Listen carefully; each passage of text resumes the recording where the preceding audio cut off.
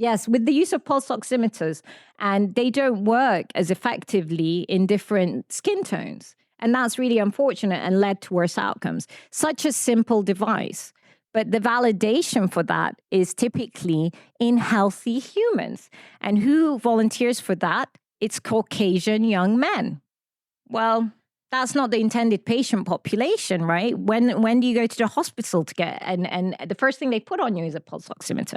So a simple device, but that led to really dire outcomes that could have been prevented had we thought about the unique aspects and considerations of the different patient populations. Welcome to the Global Medical Device Podcast, where today's brightest minds in the medical device industry go to get their most useful and actionable insider knowledge, direct from some of the world's leading medical device experts and companies.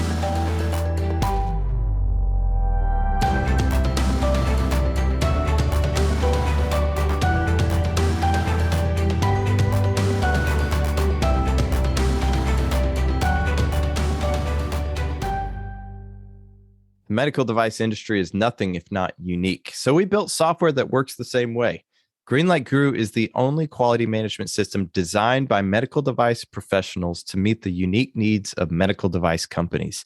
Our cloud-based platform allows companies to bring safer products to market up to 3 times faster while reducing risk and lowering cost. Visit www.greenlight.guru today to request your free personalized demo of Greenlight Guru.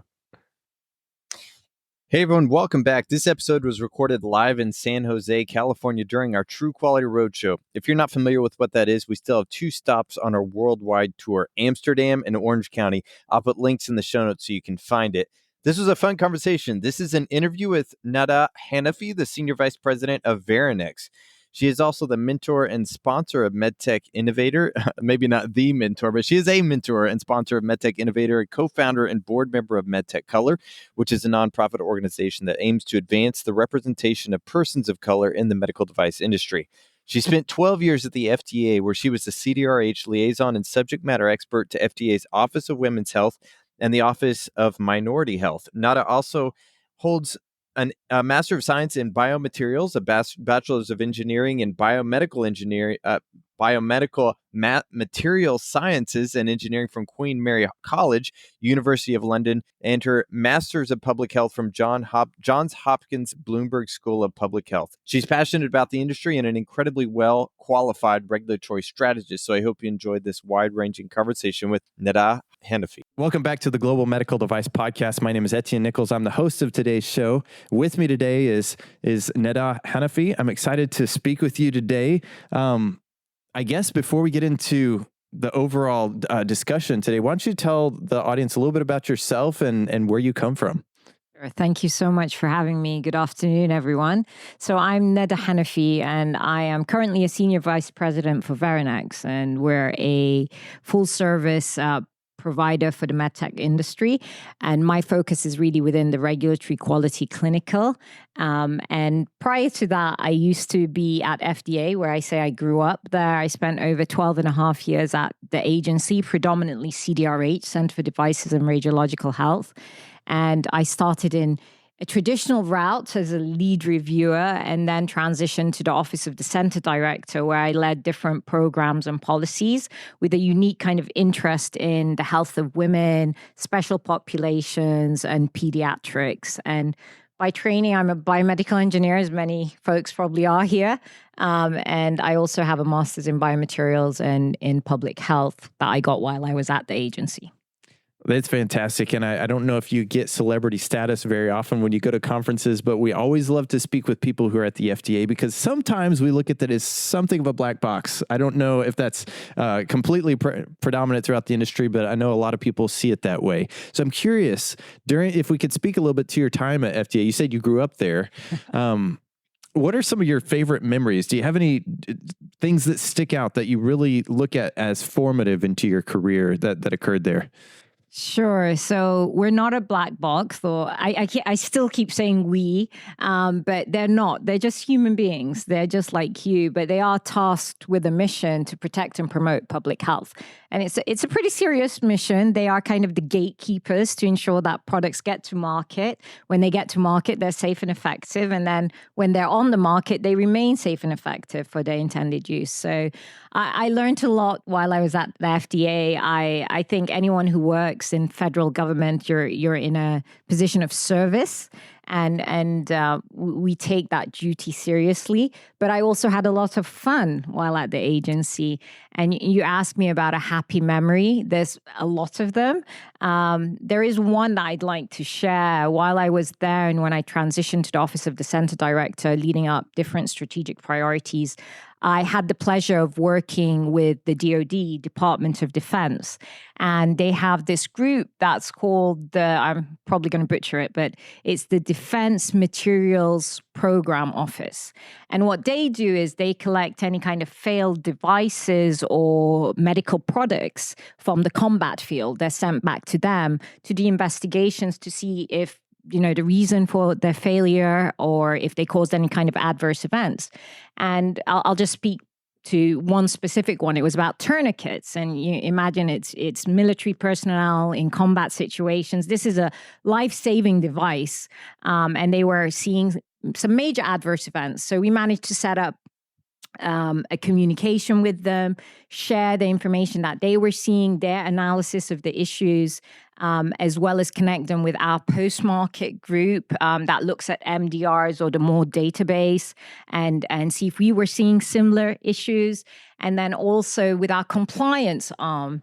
And there was like a whole, you think of it, TPLC or Total Product Lifecycle Group assessing these issues. And we managed to get some resolution and move the issue forward so that we could ensure that these tourniquets were going to work as intended in a very high-risk situation on the combat field. And that was great learnings. And one funny thing that stands out, we all had a workshop and we went to one of the Army base and met with this group that we'd been engaging with for a while.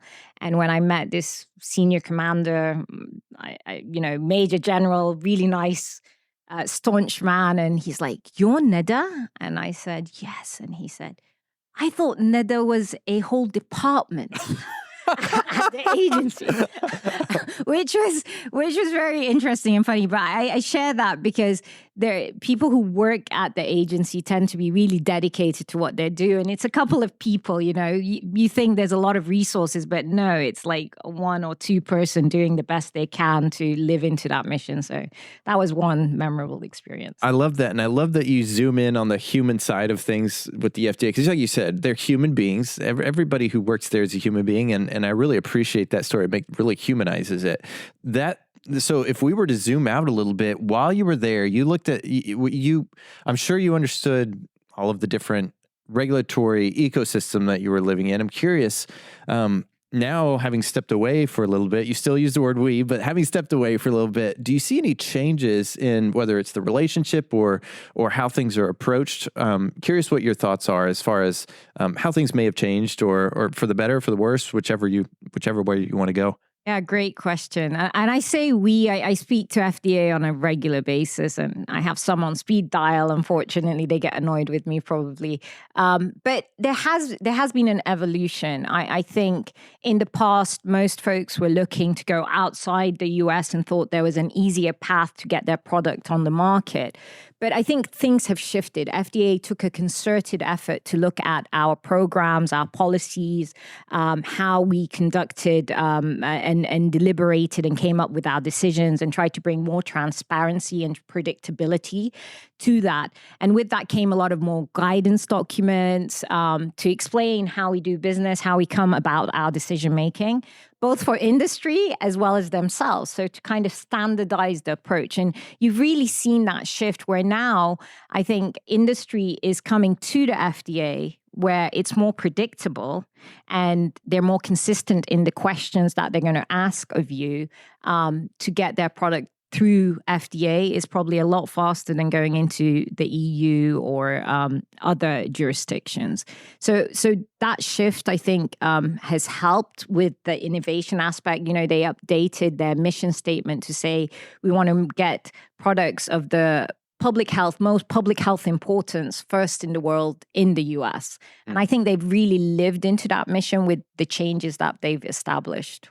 Yeah, that's really interesting. So being regulatory strategist now, having, I'm sure your focus, you probably had a global focus before, but it was hyper-focused on the U.S. Do you look at things a little bit more globally now, being on the outside? I don't know why to use that word, but do you, and if so, how has your perspective changed from a global perspective? So, it's interesting, maybe some of you are aware that other global regulatory entities are actually now considering accepting FDA approval or granting or clearance as the go-to. We've always considered, I'll be FDA-centric here, as FDA being the gold standard, the requirements, kind of you were held to that high level of proving that your product was safe and effective. So there's that shift. But I also see that there's some harmonization across the global regulatory groups, especially within the software as a medical device space, where they're trying to establish the similar requirements because it's new and fresh. So I think we live in a global and connected universe, and if anything brought that to factor was the happenings of 2020 and the pandemic, that it impacted everyone. So I think there's been a shift to try to address issues, public health crises in a faster manner and a more effective manner. And we realize that you need to be speaking across jurisdictions, across the pond, and making sure we're making decisions in a more collaborative approach. Yeah, so I want to ask just a little bit, one layer deeper, I guess. So challenges and opportunities for MedTech from a global standpoint. Obviously, we typically think EU MDR. We talk about the challenges related to that. I was wondering if there's anything else that kind of stands out to you when you develop a regulatory strategy, or if you'd be interested in even just kind of talking through how you develop a regulatory strategy and what some of the obstacles and challenges people may face. Absolutely. I wish I could ask this group. Oh, yeah. But I get some good insight. So yeah, regulatory strategies are what we call a roadmap to successfully commercialize your product and get it to the market in a least burdensome, so I use FDA terms, but least burdensome manner. What is the minimum amount of data or evidence that you need to generate to ensure that it is going to meet the requirements? So when we're thinking about regulatory strategy, the first things I tell any client is, what is your device description? Your product description, understanding how it functions, the specifications, and then tying that back to your intended use and your indications for use. Two words that are sometimes used interchangeably, but they do mean two different things. Intended use is the basic functionality. What does my device do? I'm a scalpel, I cut. Indications for use is everything associated with how that scalpel works. The who, the how, the where, the when, frequency of use. Is it RX prescription or is it OTC? The environment of use, who's using it. Those are all kind of claims that you're going to have to substantiate with that evidence generation. I know I use a simple example of scalpel. That's a class 1 exempt device. It's class 1 exempt when it's in the hands of a physician, right? So that's the critical piece. So it really stems from there, understanding what your product is and how it works, and what disease state, what patient population, who's using it, i.e. that intended use, indications for use. And then you can develop, what's my pathway to market, what's the evidence generation plan, and so forth. So those two are really critical. If you don't have those, then you start to go in this cycle of never ending, not knowing, or pre-sub cycles with FDA, and kind of it's a downward spiral.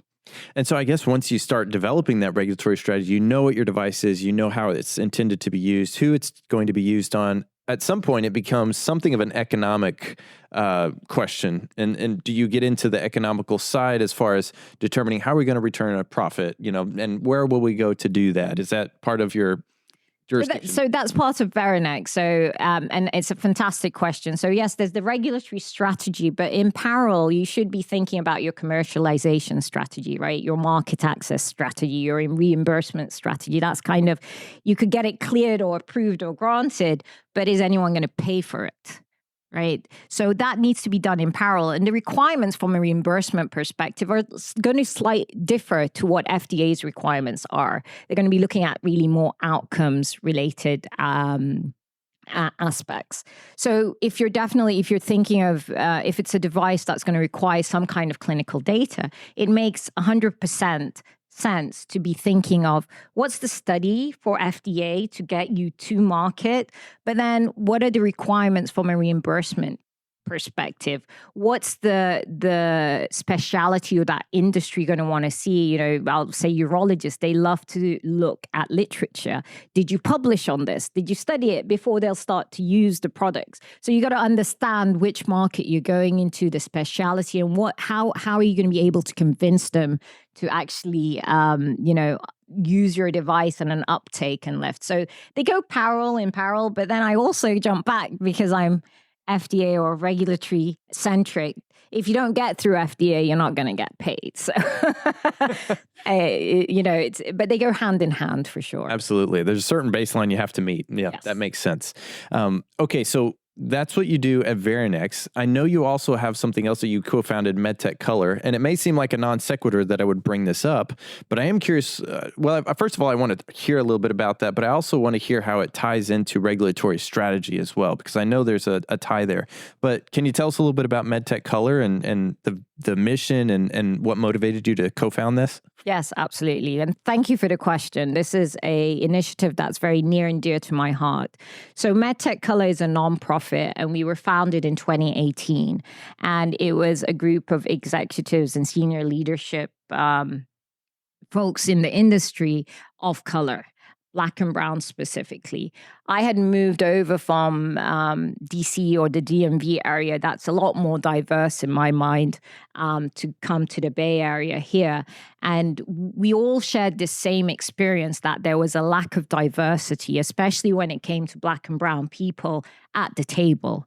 And it just kind of was quite shocking. Others who had been in industry always saw different racial and ethnic groups, but on the shop floor, not in the leadership and key decision-making roles. And that was a missed opportunity. So MedTech Color was founded 2018, and our mission is to diversify MedTech. And we believe that if you have diverse perspectives, and it's not just us believing it, but the data's out there, that if you have diverse perspectives, diverse leadership, you develop better products that are actually going to meet the unique needs of the end user. You look at, we live in a global environment. You look at the patients we're trying to develop these products for, they're all very diverse, different racial, ethnic, minority groups. So we need to have that at all levels within MedTech. So our goal is to have people enter MedTech that look differently, have different perspective, different backgrounds. You don't have to be a biomedical engineer or an engineer or a scientist. You can be a communicator. You can be a public health expert. You can be a lawyer. There's just, I think the MedTech world offers so many opportunities to bring different expertise in, and we just want to make sure that that's representative of the patients that we're developing these technologies for. So from a regulatory strategy perspective, what would be the advantage of trying to make sure that you are inclusive of all these different possibilities? What is the regulatory strategy advantage? So I'm going to take it. Many people might jump to, clinical trials. I'm sure you've heard about the lack of diversity in clinical trials, and there's a lot of emphasis on that from regulatory agencies, from funding agencies, from the big industry players. But we like to think of it upstream. Clinical trials are downstream and it's too late. You've missed your opportunity. So upstream, when you're designing your products, right, in that ideation phase, when you're thinking about again, what's the device? What's the patient population? Is it just does it disproportionately impact a specific group? Does it disproportionately impact women? And kind of segregating or determining your true patient population. You've got to think of their unique needs there, right? And thinking of it at the design phase will definitely lead to downstream benefits, because then if you do need to do a clinical study, you know who you're actually targeting and intending to use this product in. And it's too late at that point. And how does that impact reg strategy? Well, FDA now has a strategic priority that's related to health equity. It's going to become law. It's going to become in a statute where you have to explain to FDA what's your plan to include different racial and ethnic groups in your clinical studies. So this is a requirement. Finally, it's taken us this long, right? But products need to work in the population they're intended to be used in.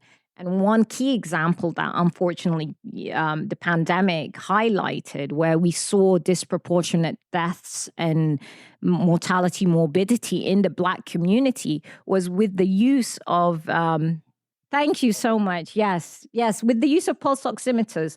And they don't work as effectively in different skin tones. And that's really unfortunate and led to worse outcomes. Such a simple device.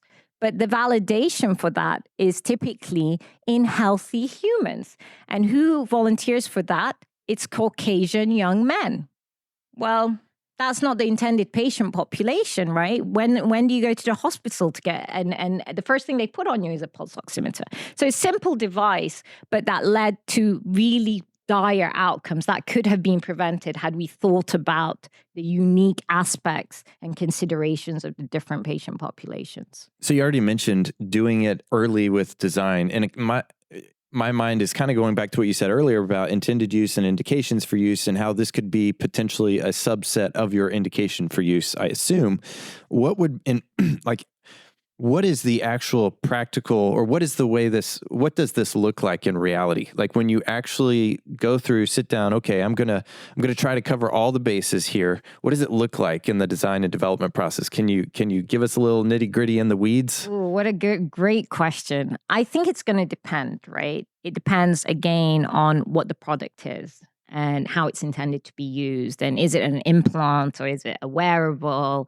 Is it permanent, or is it a temporary device? And I think it's all these considerations. And I'm sure a lot of quality folks in here, there's checklists.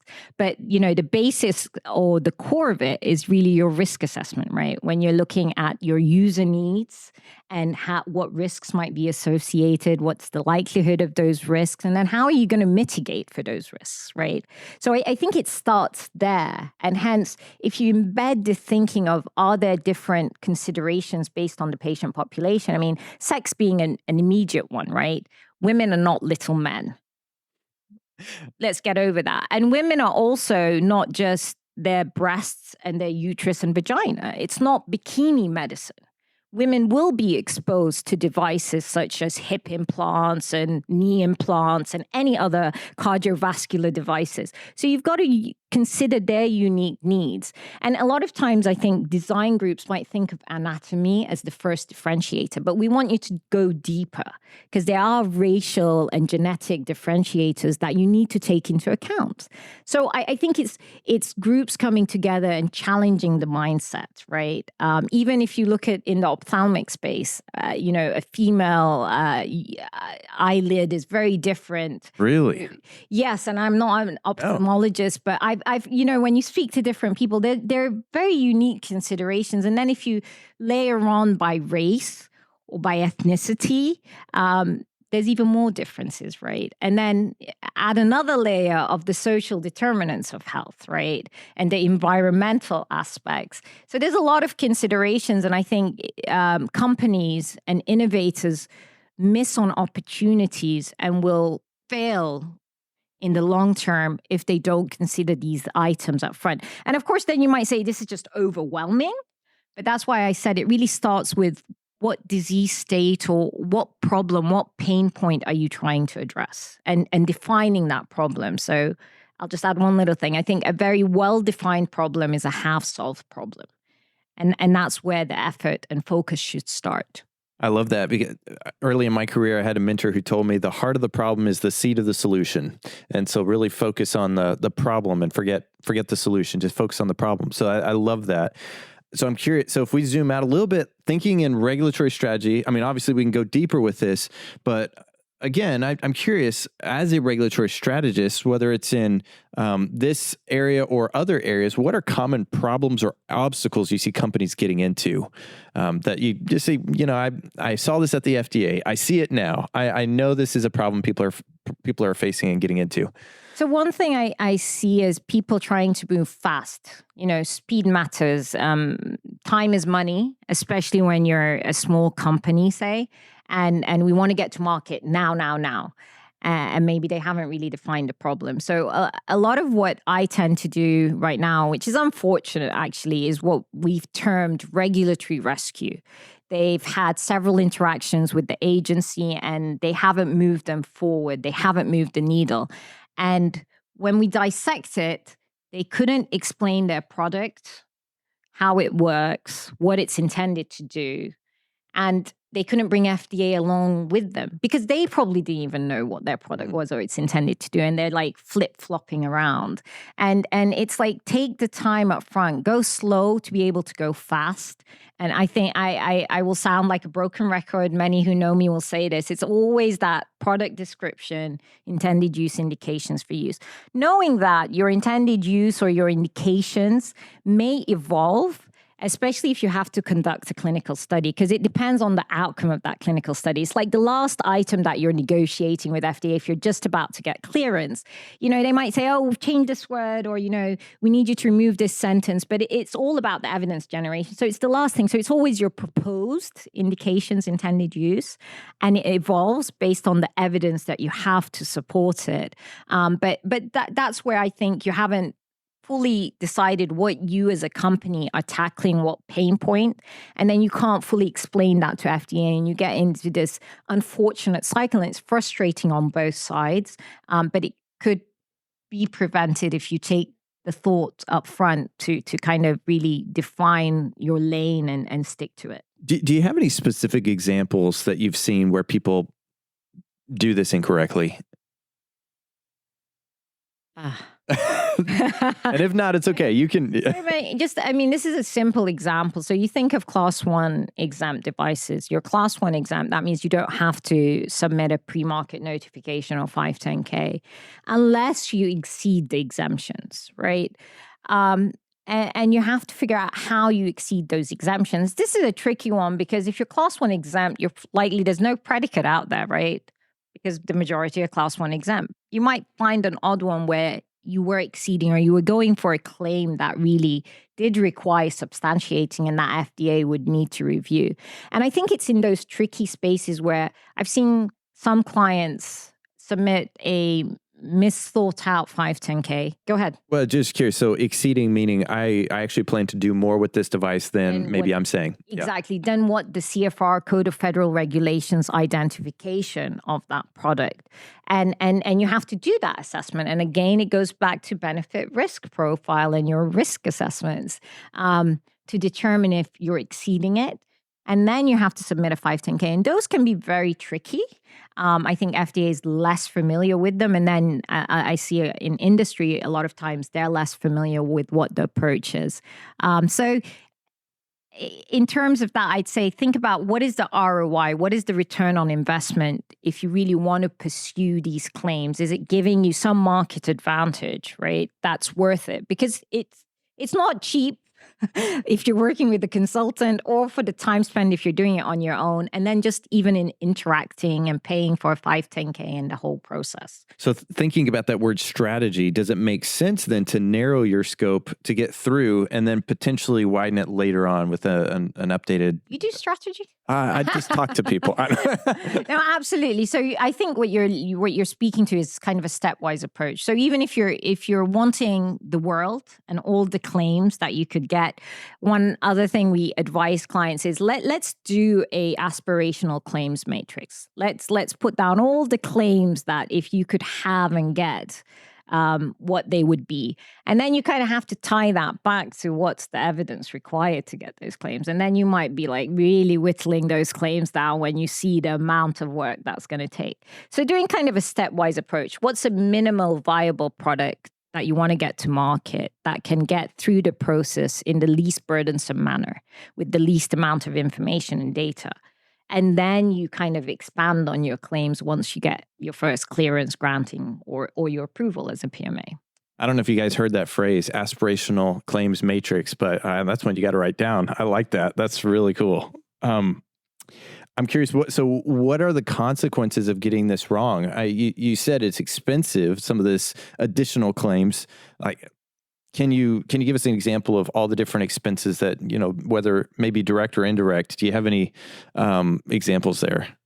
So, I mean, it's time, right? So if we just run through a case example, you've submitted even if it's in the pre-sub world, you get stuck in pre-sub land, back and forth. Yes, you don't have to pay a fee to FDA to submit a pre-sub, but you've had to either pay a consultant or work with someone or misuse your employees' times to be developing these pre-subs, right? So time is money, as we said. So there's all of that. And a pre-sub, typically it's a 75-day process before you might get a meeting with the agency. Sometimes it's sooner, but then there's the upfront time that you created. So imagine that could be, a 4 months process, right? That you've just killed. And in a year, we only have 12 months. So you only got 8 months left to execute on what you have to execute. So I think it's that aspect of not having a strategy, like I said, that roadmap to see where you want to go and understanding what's the evidence requirements to get you there. That makes sense. So I have a two-sided question then. I want to kind of pull both your regulatory strategy, but also what you're doing with MedTech Color. I'm curious, how do the best-in-class companies paint whether it's a demographic or a psychographic picture to really make this claim or just really from the design and development all the way through the life cycle? How do the best-in-class companies incorporate that thinking? I think it's intentionality. It starts with having the open mind and having a talent pool that is diverse, right? I think a lot of them also do a lot of needs assessment and community-based outreach to understand, hey, if I'm going to innovate in this space, what's the biggest need, right? I'm sure there's all about the ROI aspect, but then what is the biggest need and what does this patient group look like? I think a lot of times they'll also, I know in the pharma space specifically, they do use personas to kind of understand the different patient groups that they're going into. And I'm hoping more of the device world will start to do that. But I think it's also engaging with KOLs and going into the community and understanding how to engage with them, especially if you're going to be need to study to conduct clinical studies, right? Because you need those patients in your trials. It's building a trust aspect. The lack of trust in the clinical research enterprise, especially in certain racial groups, stems, years and years. It's historical. So you have to overcome that and you have to step into it to really show that you're reputable. You're not just there to take these people's data and information and then get lost, but that you're going to come back and you're giving back to the community. So it's engagement in all aspects, and wanting to do the right thing. But I think it's intentionality. The good leaders, the leading companies out there, they're intentional. They're saying we're committed to diversity, equity, inclusion, and belonging in all aspects. And our products are really going to serve those most at need. Yeah, that's a really good point. So our goal at Greenlight Guru is to improve the quality of life. So just that changes the way you look at things when you really think about your mission. So it makes sense. And also you mentioned something about the persona, and I had forgotten about this, but when I worked in drug delivery, I remember this. We had our PowerPoint with the person, their name, the way they look like, and so forth. And I remember those human factors tables from HE75, if I remember that right, where the hand strength. We did a test once where they had me do the test strength as well. And I said, well, how'd I do? I was pretty pumped. They said, well, it's not uncommon for, your hand strength to decline as you get into your 30s. And that was a terrible moment for me. But I love that you bring those things up. So the flip side of that, though, that's how some of the best in class companies, but you mentioned that this is going to become a requirement if it's not already. What are some of the common problems or the common mistakes? You also mentioned a specific example, the pulse oximeters. What are the common problems that a lot of companies you foresee probably continuing to do or so forth? I'm going to be hopeful and say that we're going to learn from our mistakes. So we're not going to be repeating the same mistakes. I think they'll learn the hard way if they don't follow the requirements. So for pulse oximeters now, there's active discussion on updating the standards, the requirements, how we're actually going to verify and validate these products work, and the type of testing that's needed. And FDA is moving to, if it's a pulse oximeter used in a pediatric patient population, they want data from that patient population. In the past, we didn't want that. Well, we were missing out, right? So I think you're going to have to, if you're not ahead of the curve, you need to get ahead of the curve, or just get on the train and move along with it. Otherwise, it's going to pass you and you're not going to be getting your products to market. So I'm hopeful that there is like a commitment, especially in MedTech. I think we're flexible, we're agile. We develop products at a lot faster rate than the pharma or biologics world, and we can reiterate and have device changes and technologies evolve to really meet these new unique issues and improve health outcomes. So I'm hopeful, and I think people aren't going to do it wrong. That's my wish for this world. Just do it right at the beginning. But if you don't do it right, you'll learn, right? I think the most successful people are also those who've had failures, but they've learned from them, and they're not doing the same mistake over and over again. Yeah, if you were listening to our previous panel, we talked about our favorite failures, and there are definitely some smart people. They've learned from that. That's really cool. That's a good point. I'd like to ask the audience for questions, but I'll give them a second to think about it because they've probably been hanging on your every word. So before we get to their questions, I'm curious, do you have any last pieces of advice for those out there who are facing regulatory strategy, facing their design and development challenges that you mentioned? Any pieces of advice that you give these companies?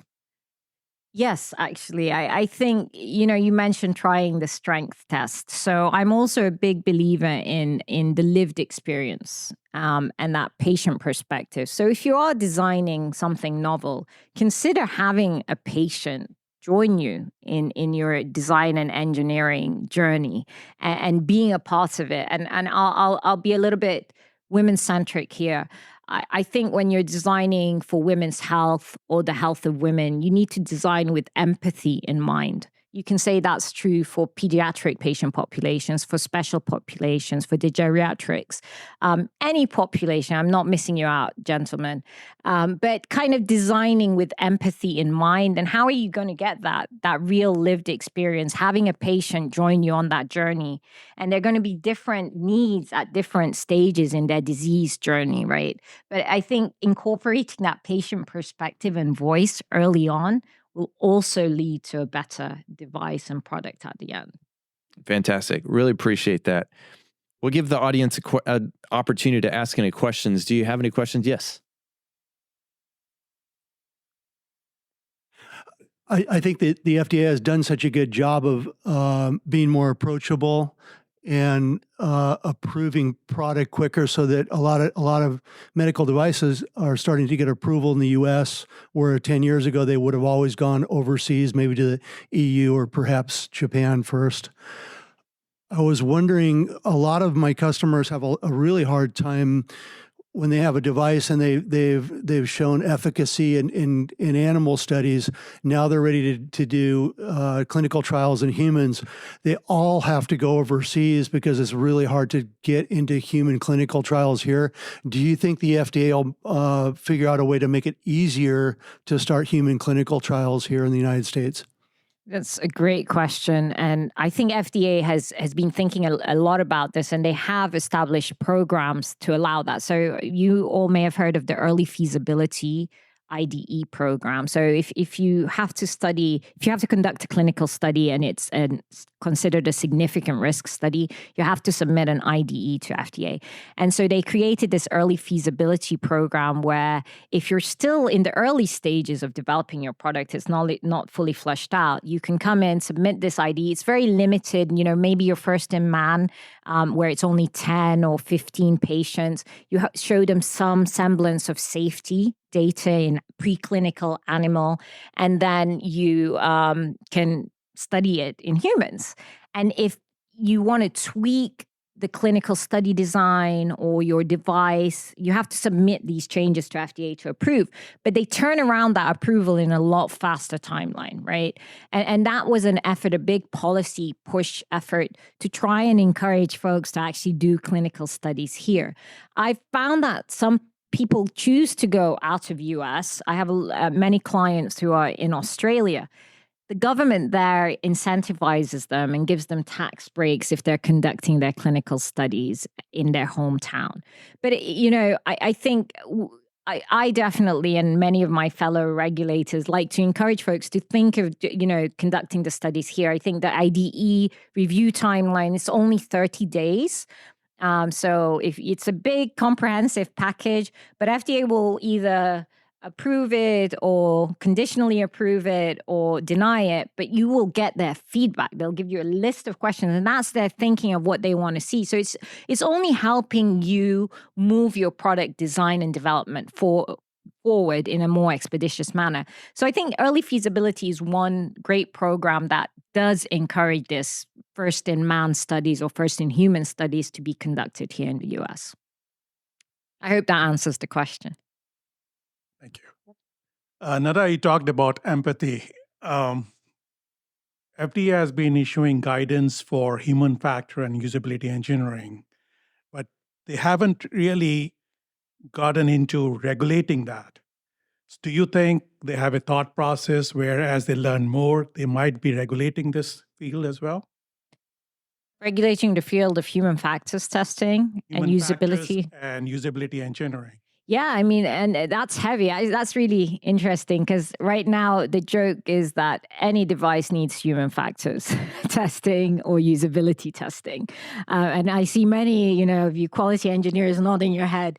But even that would be a good test to have in product development, even if you don't need it for your regulatory submission. So no, FDA is very much regulating that space and looking for human factors studies to substantiate that the products are safe and effective. And it's funny, I was actually looking at a de novo that was granted last year, and it didn't have any clinical testing requirements, which is strange for a de novo, like in the special controls, but it had usability for everything. Nearly. So I think the need for, valid data as relates to can a product be used safely by that intended patient population or that group, the intended user, is critical and very much on FDA's top list of requirements. What's the best practice for a letter to file? So after you have your MVP submitted and got clear, and you determine that all the changes sequences doesn't impact the performance of the product, but then you decided not going to submit that as a letter to file. Instead, you keep track of it. Is that really best practice, or is there any other way that you can do the best practice before you submit a letter to file after you have your 510K? So a letter to file is an internal document, right? So you've hopefully done your risk assessment and gone through the 510K flowchart to determine that the changes you're making don't require the submission of a new 510K, and you document that. I know a lot of companies do a lot of letters to file appropriately, but good documentation, good, document practice is critical because you can be audited at any time. And we've also seen where sponsors fail in that sense. And FDA thinks, oh, well, that should have really been a 510K. But where we hear a lot of letters to file if the true risk assessment is conducted appropriately, I think there reaches a point where you don't want too many letters to file. And then people like to say we do this 510K catch up, right? And those are not fun. They're not fun for FDA, and they probably won't be fun for you. So considering that balance of when have you made too many changes that now it's really not the same device that you got clearance for, and catching it before you get to that stage and submitting the appropriate 510K, be it a special or traditional. Hi, thanks for the great comments and advice. My question is about the FDA's regulation for more software-based mobile like software as medical devices or even AI-based solutions. When there is need to train the model and the data could be different, and what if the data changes or the model variations, how is that being regulated into the future or now and into the future? Or what do you think is needed? Thank you. Yeah, thank you for the question. So the software as a medical device space or the digital health space is very fast and evolving. And I think everyone and their mother wants to be a software as a medical device based on our clientele. I think, yes, the training model is very important to our earlier conversation about representation, right? Making sure your model isn't biased or skewed to one perspective and is, whatever you're studying isn't going to work in a specific demographic. How you train it. First of all, you have to have separation on your training data, and then on your validation data, they have to be two separate arms. And you clearly need to delineate that for FDA. But then also in terms of if you're making changes and evolving that algorithm, do I need to keep submitting a 510K? It's a great question. I think it's the same assessment and thinking there. FDA has, what's really nice is, like I was saying, they're more predictable and more transparent. So they have issued a lot of guidances in this space, and final guidances, which is nice because, if you're a draft guidance, you're really not in effect. And even FDA can't issue a deficiency or an additional information request based on a draft guidance. They should not do that. It has to be a final guidance. So they've made a big effort to put final guidance out, especially when it comes to the software space, to kind of explain what changes may trigger a 510K or what is appropriate to be changing in your software, in your algorithms, without the need to go back to FDA. And it always ties back to that intended use, right? Is the change impacting the safety and effectiveness of that intended use? I kind of have a follow-up question. You kind of got me thinking a little bit here. So when you're training that model, you don't want it to be biased. But we also mentioned something earlier about being very more specific to something, to your user population. So I'm curious about how you walk the line between specific to this user population, but also not being biased so that you won't, and maybe it ties back to your indications for use. And I don't want to pile too many questions on here, but I want to add another detail, and that is, with AI, it feels like it becomes necessary that we start differentiating what is this versus that, in that, like you mentioned, I love your commentary about what is a woman, like it's more than, these body parts and then differentiating different ethnicities. How are we going to do that with AI and training these models? Or do you have any thoughts around that becoming? Well, they're going to have to do it. I mean, a lot of AI is now used in the imaging space, right?